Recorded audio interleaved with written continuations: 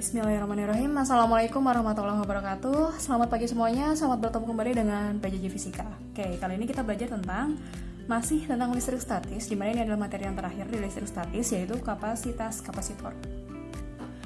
Oke, kapasitor di sini adalah komponen listrik untuk menyimpan muatan listrik, atau istilah lain dari kapasitor itu adalah kondensator. Ya, jadi gunanya untuk menyimpan muatan listrik, baik itu muatan negatif ataupun muatan positif.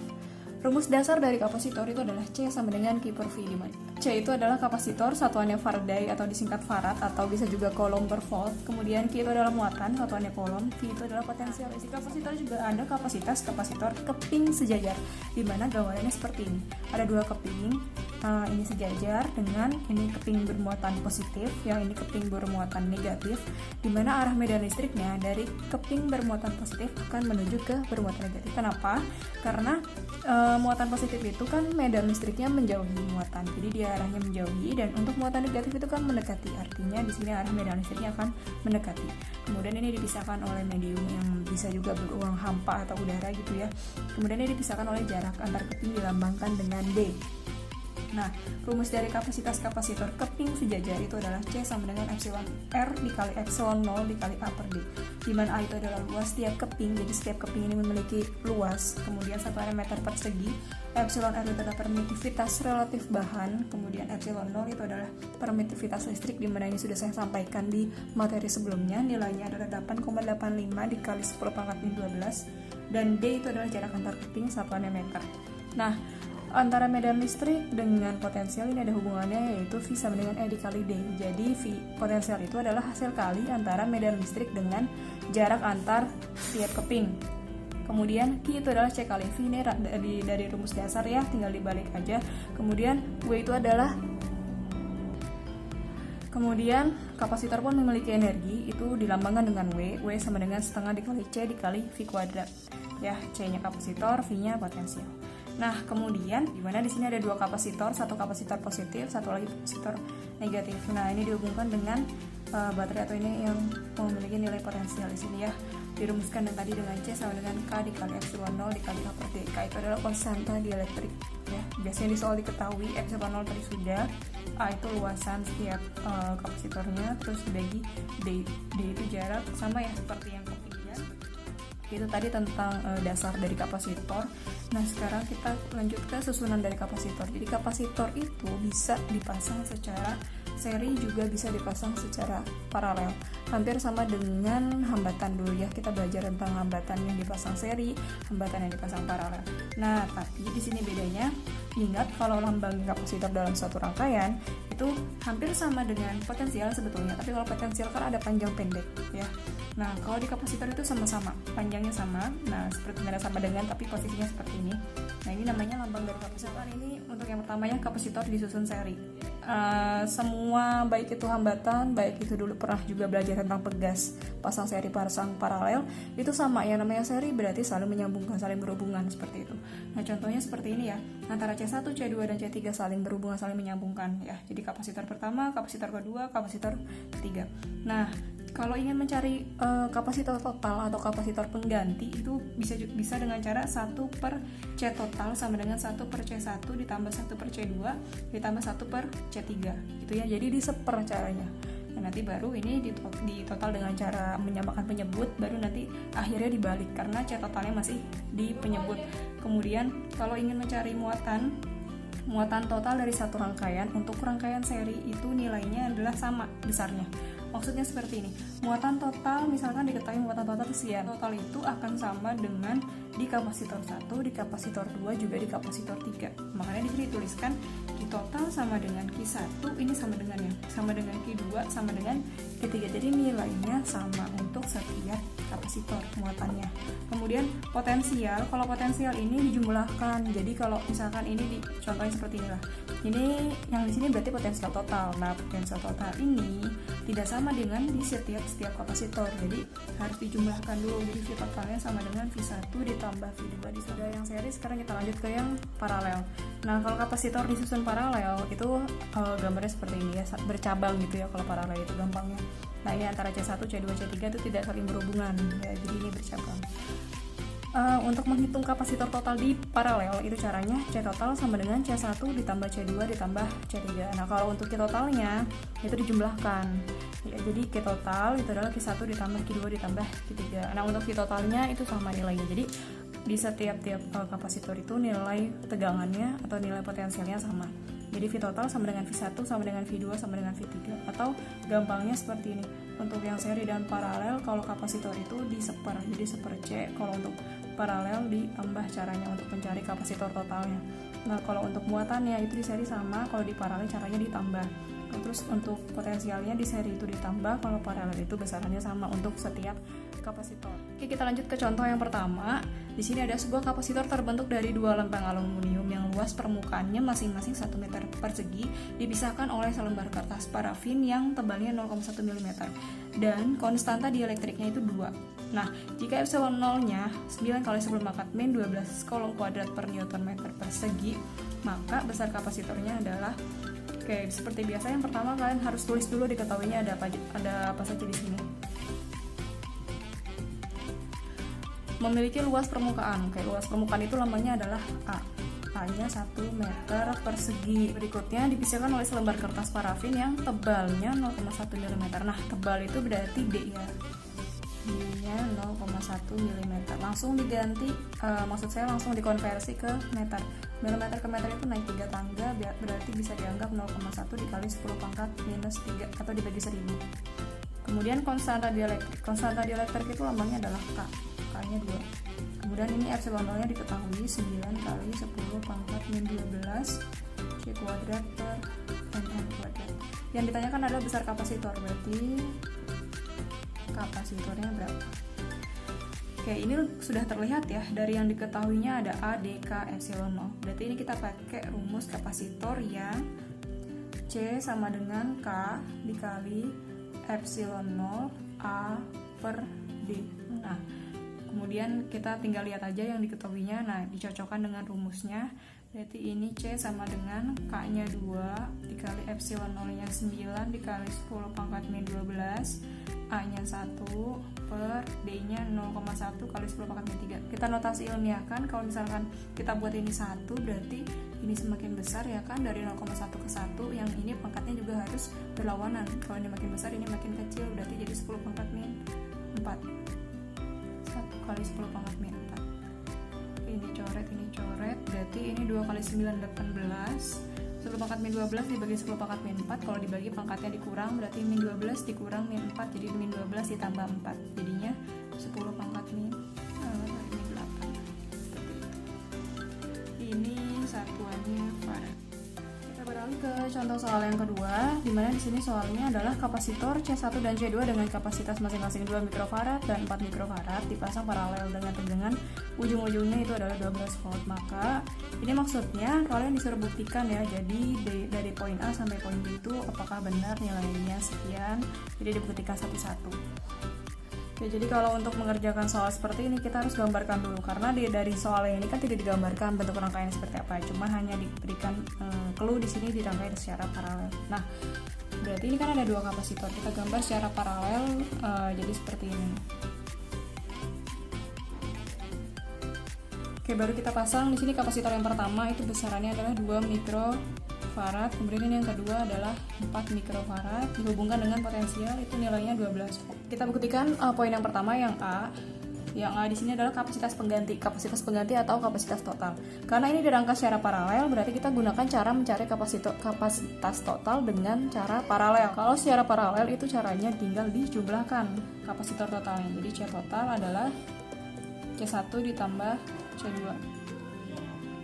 C1-nya adalah 2 mikrofarad ditambah C2-nya, C1-nya 2 mikrofarad dan C2-nya 4 mikrofarad. Tinggal dijumlahkan saja, berarti 2 ditambah 4 adalah 6 mikrofarad. Oh ya, satuan mikrofarad ini hampir sama dengan di gaya kolom ya, ada satuan mikrokolom, di mana 1 mikrofarad itu adalah 10 pangkat min 6 farad, kalau ingin dikefaradkan gitu ya. Nah, 6 mikrofarad berarti ini betul ya pernyataan yang pertama. Oke, kita sekarang buktikan ke pernyataan yang kedua. Muatan di C2 besarannya adalah 48 mikrocoulomb. Oke, yang ditanyakan adalah muatan. Mencari muatan itu adalah rumusnya C dikali V ya, karena kan rumus dasar kapasitor itu C sama dengan Q per V. Nah, C-nya ini karena di sini ditanya muatan 2, berarti C-nya gunakan C yang kedua. Anggap ini tadi kita susun ini C pertama kan sesuai yang di soal ya. Ini C kedua. Nah, kemudian untuk V-nya kita kan juga harus menggunakan V kedua kan. Nah, sedangkan ini dirangkai paralel. Ingat, V di paralel itu V totalnya itu sama nilainya dengan V1 sama dengan V2 kalau untuk paralel ya. Tegangan atau potensialnya itu sama. Jadi otomatis kalau V totalnya di sini adalah 12, jadi V1-nya pun 12, V2-nya juga 12. Jadi tinggal kita masukkan aja ke sini. V2 sama dengan C2-nya 4 mikrofarad diubah dulu ke farad, berarti 4 dikali 10 pangkat min 6 dikali V2-nya itu adalah 12. Nah, 4 dikali 12 aja dulu, jadi 48 dikali 10 pangkat min 6. Muatan itu satuannya kolom. Nah, kalau ingin ke mikrokolom kan berarti dari kolom ke mikrokolom, sama kayak ini dari mikrofarad ke farad. Nah, sedangkan yang dikasih tahu di sini adalah sudah kolom diubah ke mikrokolom, berarti dibalik. Kalau tadinya dikali 10 pangkat min 6, kalau diubah berarti dikali 10 pangkat 6. Jadi 48 ini awalnya 10 pangkat min 6 kan pengen diubah ke mikrokolom, berarti jadi dikali 10 pangkat 6 mikrokolom. 10 pangkat min 6 dikali 10 pangkat 6 kan pangkatnya berarti ditambah, min 6 ditambah 6 itu 0, 10 pangkat 0 itu 1, berarti ya 48 mikrokolom. Oke, berarti ini betul ya untuk pernyataan kedua ya, 48 mikrokolom. Jadi terbukti. Nah, sekarang yang ketiga yang C, ini energi di C1 besarannya adalah 0,144 mJ. Energi itu lambangnya W, dimana W itu rumusnya adalah setengah dikali C dikali V kuadrat. Nah, yang ditanyakan di sini energi di C1, berarti ini W1, C-nya juga C1, V-nya juga V1. Oke, semuanya udah ada, tinggal kita masukkan saja. Berarti setengah dikali C1-nya adalah 2, 2-nya masih mikro, berarti diubah ke farad dikali 10 pangkat min 6, V1-nya itu 12, karena ini kuadrat, berarti 12 kuadrat. Ini 2 coret, tinggal 10 pangkat min 6 dikali 12 kuadrat itu 12 kali 12 itu 144. Ini joule. Nah, yang di sini kan milijoule. Anggap aja kayak meter ke milimeter. Berarti kan turun berapa tangga, milimeter, desi, senti, mil. Nah, ini joule, ini joule, ini joule. Nah, joule ke desijoule, sentijoule, milijoule. Nah, itu turun 3. Berarti tinggal dikali 10 pangkat 3. Jadi 10 pangkat min 6, 144 dikali 10 pangkat 3 milijoule. Jadi sama dengan 144 dikali 10 pangkat min 6 dikali 10 pangkat 3, berarti pangkatnya dijumlahkan, min 6 ditambah 3, 10 pangkat min 3. Atau 144 dibagi 1000, samanya kan seperti itu ya. Kalau dibagi berarti jadi 0,144 milijoule. Oke, ini juga terbukti, berarti pernyataan yang C benar. Energi di C1 itu adalah 0,144 milijoule. Oke, yang terakhir yang D, energi di C2 besarannya 0,57 milijoule. Jadi ini W2 sama dengan setengah dikali C2 dikali V2 kuadrat, sama dengan setengah dikali C2 nya itu 4 mikrofarad diubah ke farad, berarti 4 dikali 10 pangkat min 6, V2 nya 12 kuadrat. Ini coret ya kan, jadi 2 kali 10 pangkat min 6, 12 kuadrat 144, 144 dikali 2 itu 288 10 pangkat min 6 joule. Berarti 288 kali 10 pangkat min 6 atau di kali 10 pangkat 3. Nah, ini jadinya 288 dikali 10 pangkat min 3 milijoule. Atau juga bisa 288 dibagi 1000 jadi 0,288 milijoule. Nah, ternyata yang D ini tidak terbukti, berarti yang D ini salah pernyataannya. Soal terakhir, 4 buah kapasitor yang kapasitasnya sama besar, yaitu 2C, dirangkai seperti gambar. Besar kapasitas antara titik A dan B adalah dari titik A sampai B, berarti maksudnya kapasitor total ya, karena ini kan dari titik ujung ke ujung gitu, dan di tengah-tengahnya ini adalah rangkaian kapasitornya. Jadi ini maksudnya sama saja dengan mencari kapasitor total. Nah, ini masing-masing kapasitor semuanya besarannya sama, yaitu 2C. Jadi di sini 2C, di sini 2C, ini 2C juga, ini juga 2C. Hanya disuruh mencari kapasitor total atau kapasitor pengganti. Caranya pertama kalian lihat dulu, ini akan di seri dulu kah atau akan di paralel dulu. Nah, Kalau seperti ini, kalian pikir ini bisa diseri nih, ini dengan ini, kan ini nggak mungkin ya. Ini susunan paralel nih. Yang ini dengan yang ini itu susunan paralel. Kemudian kalau misalkan kalian anggap ini di paralel dengan yang di bawah, ini pun harus diserikan dulu yang di atas. Nah, berarti ini di paralel dulu. Kita paralel dulu yang ini, yang pertama. Kita paralel dulu ini. Jadi kalau paralel itu kan cara mencari kapasitor totalnya tinggal dijumlahkan. Jadi C paralelnya adalah 2C ditambah 2C, ya kan, sama-sama 2C, jadi 4C gitu kan. Nah, kalau ini yang pertama ini udah di paralel, berarti hasil rangkaiannya akan berubah jadi seperti ini.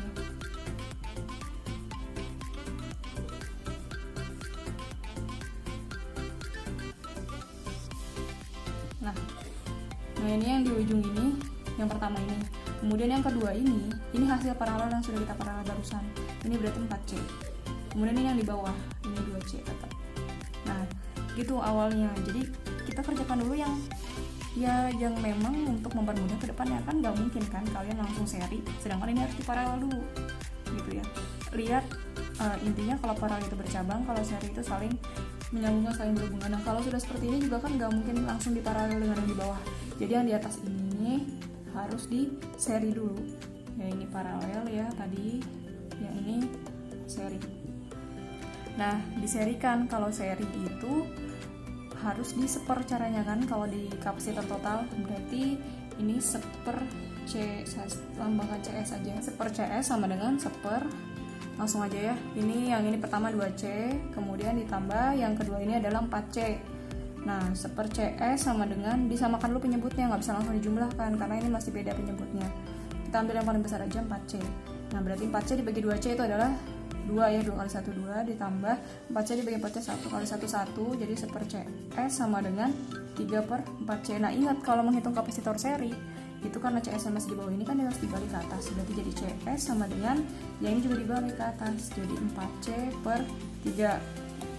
Oke, kalau ini sudah di seri berarti gambar rangkaiannya berubah lagi jadi seperti ini. Nah, ini hasil gabungan antara yang 2C dan 4C tadi diserikan, hasilnya adalah 4C per 3. Yang di bawah ini tetap, yang di bawah ini belum diapa-apakan kan, ini 2C. Nah, ini sudah jelas ya, ini harusnya di paralel. Nah, berarti terakhir ini C total, tinggal kalau paralel itu kan tinggal dijumlahkan. Berarti jadi 4C per 3 ditambah 2C. Samakan penyebut dulu, ini biar punya penyebut, berarti sama dengan, ini langsung kali aja ya. Berarti 4C per 3 ditambah ini 6C per 3. Berarti C totalnya adalah 4C ditambah 6C itu adalah 10C per 3. Oke, seperti itu caranya. Jadi lihat dulu mana yang akan lebih mudah dirangkai, apakah di paralel atau di seri. Bukan mana yang akan lebih mudah sih, sudah pasti akan begitu langkahnya gitu ya. Ini harus paralel dulu, setelah di paralel ternyata gabung dengan ini harus di seri dulu. Setelah di seri ternyata gabung dengan yang di bawahnya itu di paralel, seperti itu. Oke, terima kasih telah kalian simak video saya ini, semoga dapat dipahami. Jika ada yang ingin ditanyakan silahkan bisa via WhatsApp, grup ataupun pribadi ya. Sekian, wassalamualaikum warahmatullahi wabarakatuh.